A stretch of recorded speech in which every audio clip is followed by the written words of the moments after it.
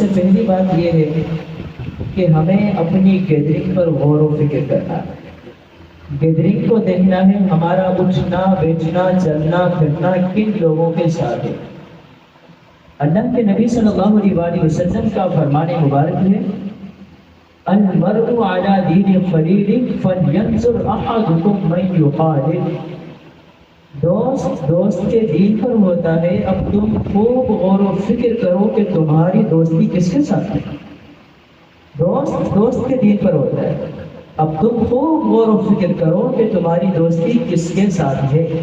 تو آپ صلی اللہ علیہ وآلہ وسلم کا یہ فرمان مبارک بہت بڑی اہمیت کا حامل ہے، خصوصاً آج کے دور میں کہ جب ہر طرف فتنے ہی فتنے ہیں، اپنے ایمان اپنے عقیدے کی حفاظت کرنا بہت مشکل ہو چکا۔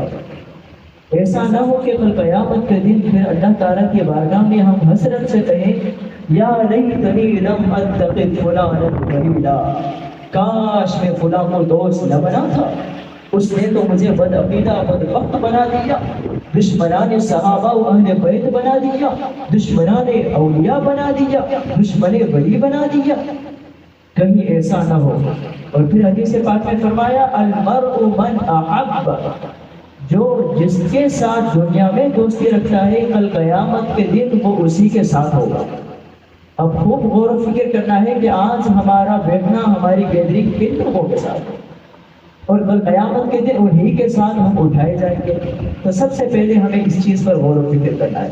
اب صحبت کن لوگوں کی رکھنی ہے، کن لوگوں کی گیدرنگ میں ہمیں بیٹھنا ہے، تو حدیث پاک میں اللہ کے نبی صلی اللہ علیہ وآلہ وسلم نے فرمایا الذین اذا رؤوا اذکر اللہ، بس جنہیں دیکھ کے نہ تمہیں اللہ یاد آ جائے ان کی صحبت میں بیٹھا کرو، جنہیں دیکھ کے تمہیں اللہ یاد آ جائے۔